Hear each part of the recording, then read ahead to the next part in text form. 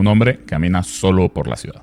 No parece desesperado, no parece perdido, solo parece acompañado. A su vez, escucha con atención, sonríe con esa tranquilidad que uno tiene cuando siente que al fin alguien lo está entendiendo. Del otro lado de la llamada hay alguien que le ordena las ideas, alguien que toma sus pensamientos desordenados y se los devuelve más claros, más precisos, más comprensibles. No lo interrumpe, no compite, no impone, lo guía. Y mientras veía todo eso pensé, vaya, eso debe sentirse increíble. Tener a alguien que te ayude a organizar lo que sientes y que con una llamada te brinde claridad sin volver todo más confuso.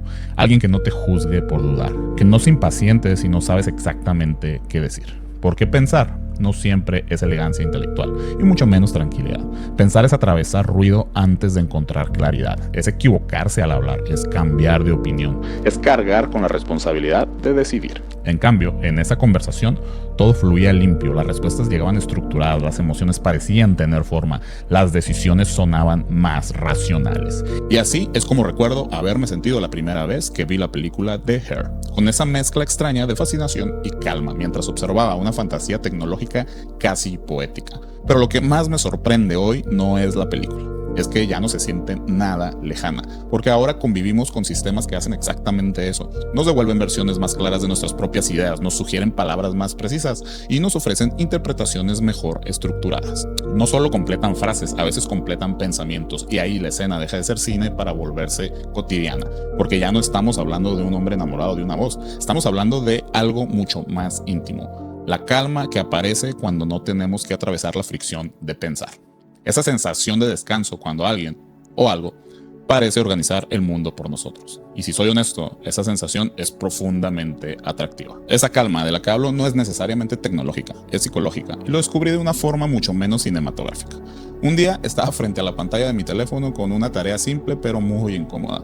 Un mensaje que tenía que responder. No era un informe, ni un memorándum de oficina, ni nada técnico. Era una conversación que implicaba abordar ciertos matices. Había que elegir un tono y había que interpretar la intención. Había que decidir qué decir en pocas palabras y qué callar. Lo escribí, lo borré, lo volví a escribir, y en medio de todo eso dije, ya, fuck it. Abrí la app de la IA y no fue por necesidad, pero sí fue porque ya no sabía qué escribir. Copié el mensaje, lo pegué y pregunté, chat, ¿cómo debería responder a esto? La respuesta llegó en segundos, ordenada, empática, estructurada. Me ofrecía una versión más clara de lo que yo estaba intentando decir, más racional y más elegante. Durante unos segundos la leí como si fuera más objetiva que mi propia intuición, más válida y más inteligente, no porque realmente lo fuera, sino porque estaba mejor organizada. Y con el tiempo, esto sigue siendo lo que más me inquieta. No el hecho de usar la herramienta, sino la facilidad con la que acepté su estructura como superior a mi propio proceso interno. No es como que estaba usando una calculadora, estaba desplazando mi propio criterio. Estaba permitiendo que una voz externa organizara mi interpretación antes que yo terminara de hacerlo. Y lo más extraño de todo fue lo natural que eso se sintió, porque decidir implica responsabilidad, implica aceptar que puedes equivocarte e implica sostener la incertidumbre un poco más, implica atravesar el desorden antes de llegar a la claridad. En cambio, cuando una respuesta llega fluida, convincente y segura, parece tener más peso, y aunque sepamos que es un modelo predictivo y sepamos que no siente, entre comillas, el tono de certeza seduce y la claridad, claro que tranquiliza. Ahí entendí que esto no era solo una experiencia digital, era algo más antiguo. La tentación humana de delegar cuando alguien parece saber más que tú o mejor que tú. Es un alivio que conocemos desde siempre, el mismo que sentíamos de niños cuando no sabíamos responder a algo y buscábamos luego a nuestros padres con la certeza de que ellos tendrían la respuesta. No era solo la información la que nos calmaba, era el proceso interno, era el respaldo, la sensación de que alguien más sostenía el peso de decidir. Tal vez esa sensación nunca desaparece del todo y solo cambia de forma. Y cuando una inteligencia artificial responde con la misma seguridad, estructura y fluidez, algo en nosotros reconoce ese mismo alivio, no porque sea una autoridad legítima, sino porque suena como a una. Entonces la conversación ya no es tecnológica, se vuelve humana, porque tal vez no estamos fascinados con la inteligencia artificial por su capacidad de cálculos, sino porque estamos fascinados por lo bien que se siente no tener que cargar con el peso de pensar. Y eso empieza a abrir una pregunta todavía más grande, una que no tiene que ver con código, sino con la autoridad. Y tiene que ver con autoridad porque esa necesidad de respaldo no desaparece cuando crecemos. Solo cambia de rostro. De niños confiábamos en nuestros padres, después en nuestros profesores y en los médicos, expertos y otras instituciones. Siempre que alguien parece saber más, algo en nosotros se relaja. No es debilidad, es estructura humana. En los años 60, el psicólogo Stanley Milgram hizo un experimento que reveló algo muy incómodo sobre esa estructura. Un participante debía aplicar descargas eléctricas a otra cada vez que respondiera mal a una pregunta. Las descargas no eran reales, pero el participante no lo sabía. Escuchaba las quejas de los otros, escuchaba los gritos, escuchaba las súplicas, y cuando el participante dudaba, simplemente llegaba una figura con bata blanca a calmarlo y decirle que continuara con el experimento. No había amenazas, solo una indicación de autoridad, y muchos de los sujetos de prueba continuaron sin dudar y sin titubear, no necesariamente porque disfrutaron del daño que estaban causando, sino porque la responsabilidad ya no se sentía completamente suya. El peso de la culpa se desplazaba porque había respaldo, y cuando hay respaldo, decidir duele menos. La semana pasada, cuando hablábamos de los cultos, veíamos algo similar. Muchas personas no sienten que actúan por iniciativa propia, sienten que cumplen con una exigencia superior, que el líder sabe mejor, y cuando la responsabilidad se transfiere hacia arriba, la culpa también se diluye. No soy yo, es la autoridad. Eso es lo poderoso de cualquier estructura de liderazgo fuerte. No impone necesariamente, ofrece dirección clara en medio del caos. Y el cerebro agradece eso, porque decidir en soledad pesa. Ahora, pensemos en el presente. Hoy no hay una persona con bata blanca frente a nosotros diciéndonos qué hacer, y no es necesario. Hoy ya contamos con sistemas que responden con seguridad, que estructuran mejor que nosotros y que tampoco titubean. Y aunque sabemos que son solo algoritmos, el efecto psicológico es similar. La claridad suena competente, la fluidez parece conocimiento, y el conocimiento se asocia con autoridad. Entonces, cuando una inteligencia artificial organiza mejor una idea que nosotros, algo ocurre en nuestra mente que nos hace sentir más tranquilos, ya que no nos obliga, nos respalda, nos ofrece una versión más clara de lo que estábamos intentando pensar, y el peso vuelve a desplazarse, no de forma dramática, de forma cómoda. No estamos hablando de obediencia forzada, estamos hablando de delegación voluntaria de nuestras ideas, y esa diferencia es profunda, porque la autoridad más eficaz no es la que impone, es la que alivia, y cuando esa autoridad está siempre disponible, delegar nuestro pensamiento deja de ser una excepción para convertirse en un hábito. Y cuando algo se vuelve hábito, ya no lo vemos tanto como una decisión, hacemos las cosas en automático. No nos preguntamos cada vez si debemos consultar una respuesta externa, simplemente lo hacemos.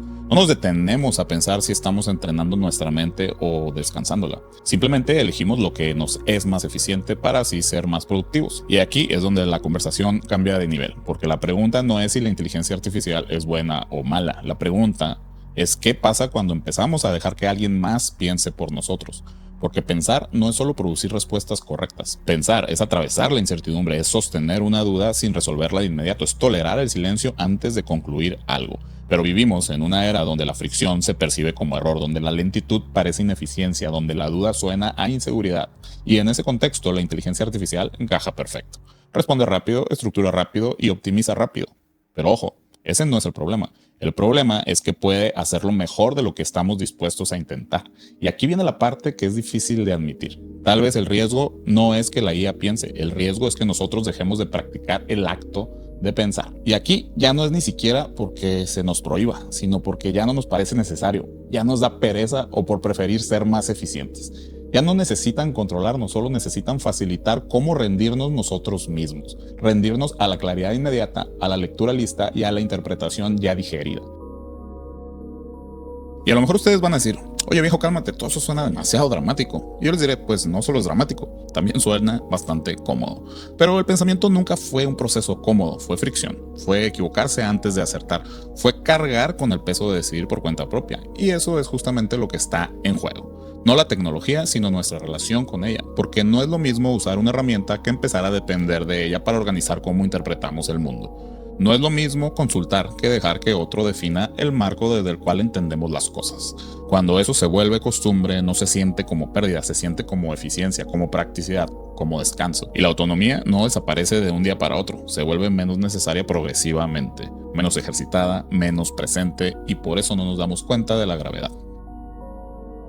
Hay algo que me dijo una amiga una vez que se me quedó rondando la cabeza por un tiempo. Me comentó que había leído en algún lado que la inteligencia artificial te quita la capacidad de escribir ensayos cuando la usas. Y lo decía con una preocupación real, como si fuera una pérdida automática y con la certeza de que usar la IA no es nada bueno. Primero le respondí con un ok, pero luego en un segundo pensamiento respondí con una pregunta un tanto molesta. Cuando no usas la IA, ¿escribes ensayos? ¿Escribes ensayos? ¿Escribes ensayos? ¿Escribes ensayos? Porque ahí hay algo interesante. La mayoría de nosotros no entrenamos el pensamiento profundo todos los días. No escribimos por gusto o no desarrollamos argumentos largos con frecuencia. No practicamos sostener una idea hasta llevarla al final. Existe algo llamado el efecto Google o Google. Cuando sabemos que la información está disponible en línea, tendemos a recordarla menos. No porque no podamos, sino porque el cerebro optimiza. Si algo está siempre accesible, deja de ser prioritario almacenarlo. Eso no es decadencia, es simplemente adaptación. Ahora, llevemos esto al pensamiento. Si siempre hay una herramienta que organiza mejor nuestras ideas, ¿qué tan seguido vamos a practicar hacerlo por nosotros mismos? Y esto es simple y llanamente porque ya no sería necesario. Y ahí el problema no es la tecnología, es el hábito. La mente funciona como cualquier otro músculo, lo que no se usa pierde fuerza. No desaparece, pero sí se debilita. Vivimos en una época que premia la velocidad, no la profundidad, la respuesta rápida, no el proceso, la eficiencia, no la reflexión larga.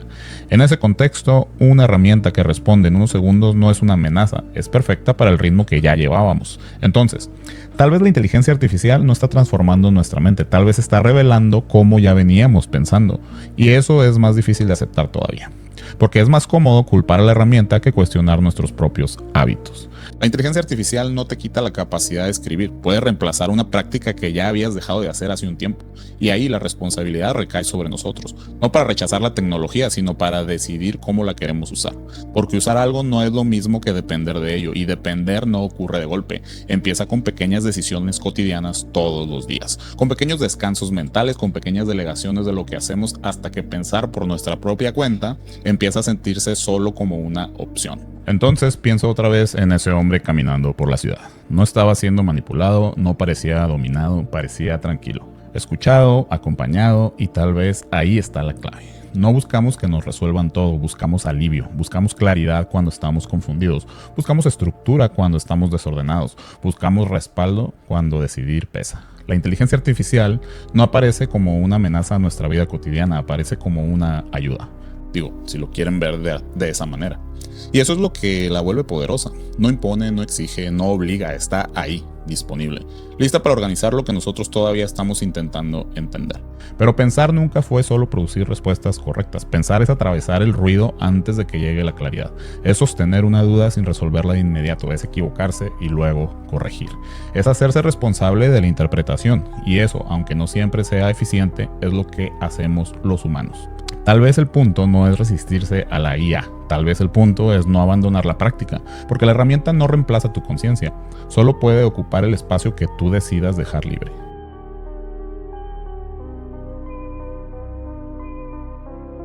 Y si algo me deja esta reflexión, no es miedo, es una pregunta personal. Cuando la respuesta está a un clic, ¿todavía estoy dispuesto a atravesar el proceso de pensar? Cuando alguien organiza mejor mis pensamientos que yo mismo, ¿voy a seguir intentándolo de igual manera? No para demostrar nada, sino para no perder el músculo.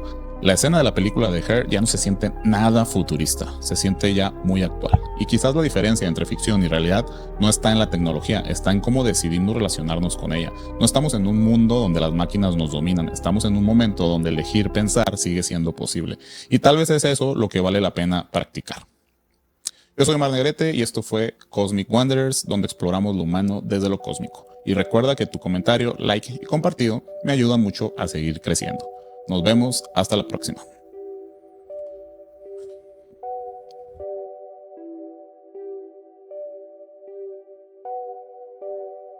El viaje terminó por hoy, pero nos vemos la próxima semana. Y recuerda, vagar no es estar perdido, es recordar que aún no llegamos.